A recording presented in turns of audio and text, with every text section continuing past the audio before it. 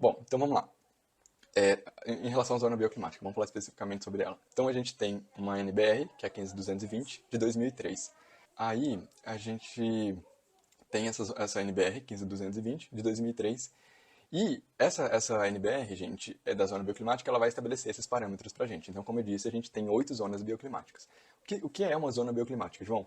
Gente, uma zona bioclimática, para quem não sabe, nada mais é do que um conjunto de informações climáticas. Então, é um aglomerado de informações, tipo umidade relativa do ar, índice pluviométrico, temperatura, todas essas informações climáticas vão gerar uma zona. E aí as cidades que têm essas características específicas, né, parecidas, elas vão entrar para essa zona. Então, o Brasil está dividido em 8 zonas bioclimáticas. Portanto, se a gente tem 8 zonas, a gente tem 8 características diferentes. É como se a gente tivesse 8, a gente precisasse dar 8, 8 seriam 8 prescrições diferentes, tá? Fazendo essa analogia aqui com a medicina.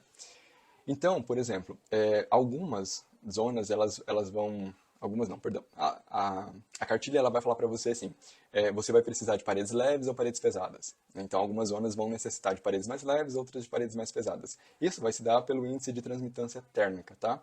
A gente também tem a questão do conforto, né? Principalmente quando a gente fala de zona bioclimática. Então, e por que eu estou falando de zona bioclimática, sendo que o tema da live é sistema construtivo?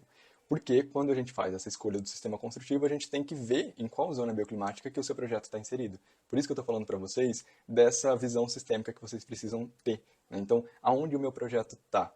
Por isso que eu falo tanto, né, do projeto raso, quando a gente olha para o condomínio fechado, que a gente vê aquela série de casinhas que parecem que são feitas pelo mesmo arquiteto, elas não consideram, elas ignoram as condicionantes pré-existentes, e uma das condicionantes mais importantes que esses projetos ignoram é justamente a zona bioclimática.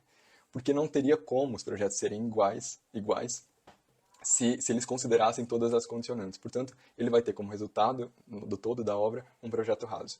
Mas voltando, né, para a questão principal da live, que é o sistema construtivo, a zona bioclimática é um dos pontos que você precisa analisar.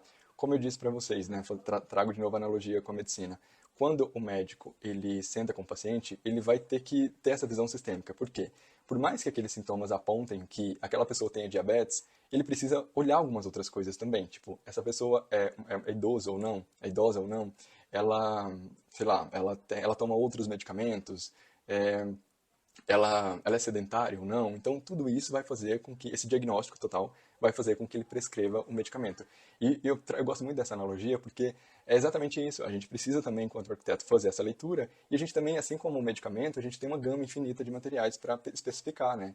Então, a gente tem madeira laminada colada, só de madeira, ó, perceba, a gente tem madeira laminada colada, madeira laminada cruzada, madeira roliça. Aí, quando a gente vai para o concreto, concreto celular, concreto armado, concreto protendido, aí a gente tem os blocos, bloco cerâmico, bloco de concreto, drywall, a gente tem que mais?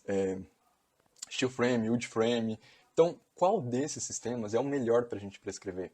Então, novamente, a gente precisa ter a visão sistêmica. E a gente vai falar de várias outras coisas que vão englobar essa visão sistêmica. Então, a primeira delas é a zona bioclimática. Qual zona que você está? Né, você tem que olhar. E aí eu não estou falando de cálculos não, tá, gente? Não apavorem. Eu estou falando dessa visão sistêmica mesmo, de você saber qual a zona está, qual a temperatura desse lugar, coletar esses dados para que você consiga prescrever o sistema correto. Então, essas paredes vão ser leves ou pesadas? Ah, vão ser pesadas. Não, ok. Então, se são pesadas, quais as possibilidades que eu tenho para trabalhar? Ah, posso trabalhar com taipa de pilão, com isso, com aquilo. Ah, ok. Aí a gente vai fazer essa interpolação com as outras informações que a gente vai ver aqui à frente. Tá, então assim, primeira escolha a gente pode elencar aqui, com base nesse diagnóstico, é a zona bioclimática. Então, vão anotando aí. Então vamos pensar, por exemplo, numa zona específica, numa zona quente e seca, que é Brasília, tá? Brasília, zona 4, ela tem essa característica. Então, ela está numa zona que é quente e seca. E aí, quando a gente fala de sistema construtivo, qual desses aqui a gente poderia utilizar para Brasília? E é engraçado, gente, que a taipa de pilão, ela é meio que um coringa para todos, assim. Até a gente teve uma live com o Salmari e a gente conversou muito sobre isso, porque a taipa, ela meio que, por mais que ela seja categorizada nessas tipologias mais pesadas, mas ela assim, ainda consegue permear por esses caminhos, assim, por essas zonas com uma facilidade, porque é um material que respira muito bem. Então, nas zonas que são quentes e úmidas, também ela se adapta, né? Interessante. Mas assim, e não quero colocar aqui para vocês, eu trago mais esses materiais aqui como provocação e também existem vários outros, tá? Não estou dizendo que algum desses aqui sejam os mais indicados para Brasília, mas só para que eu faça essa provocação para vocês. Da quantidade de materiais que a gente tem, né, como sistema construtivo e por que que a gente utiliza, a gente não, por que que pessoas utilizam tanto o sistema tradicional, né? E a gente vai discutir sobre isso também, que eu tenho um ponto muito interessante para falar para vocês. Mas a gente, ok, o leigo querer utilizar porque é um material mais difundido e ele acha que é mais barato, e eu vou falar isso para vocês, mas a gente não pode cair nesse erro. Nós somos arquitetos urbanistas e a gente precisa ter essa visão sistêmica e essa visão técnica de qual o melhor sistema para aquele projeto, né? E a gente tem tantos, por que que a gente vai prescrever a mesma coisa? O arquiteto que só faz um projeto com o sistema tradicional, né? Aquele sistema de viga, pilar e laje e vedação de tijolo cerâmico, de bloco cerâmico, é a mesma coisa de um médico que o paciente chega para ele, sei lá, chegam 3 pacientes no consultório dele. A Fernanda, a Lúcia e a Helena. Minha mãe, minha tia e minha avó. E aí, cada uma relata uma coisa. Uma tem dor na barriga, a outra tem dor na cabeça e a outra tem dor no pé.